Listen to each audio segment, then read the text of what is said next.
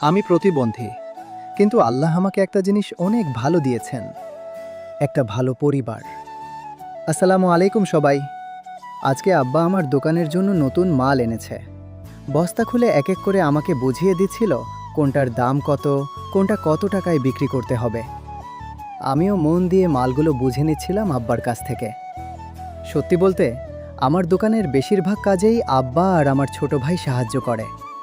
এক কথায়, আমার পরিবার আমার সবচেয়ে বড় শক্তি। তারা সবসময় আমাকে সাপোর্ট করে, অনেক ভালোবাসে। মাঝে মাঝে ভাবি, আব্বা আম্মু চাইলে তো আমাকে কষ্ট করে মানুষ না করে রাস্তায় নামিয়ে ভিক্ষা করাতেও পারত। কিন্তু না, তারা আমাকে এত কষ্ট করে পড়ালেখা করিয়েছে, আজ এই পর্যন্ত নিয়ে এসেছে। একটা প্রতিবন্ধী সন্তানকে বড় করা যে কত কঠিন, সেটা শুধু বাবা মারাই বুঝে। আলহামদুলিল্লাহ, আমি এমন একটা পরিবার পেয়েছি। সবাই আমার জন্য দোয়া করবেন, আর এভাবেই একটু সাপোর্ট করে পাশে থাকবেন।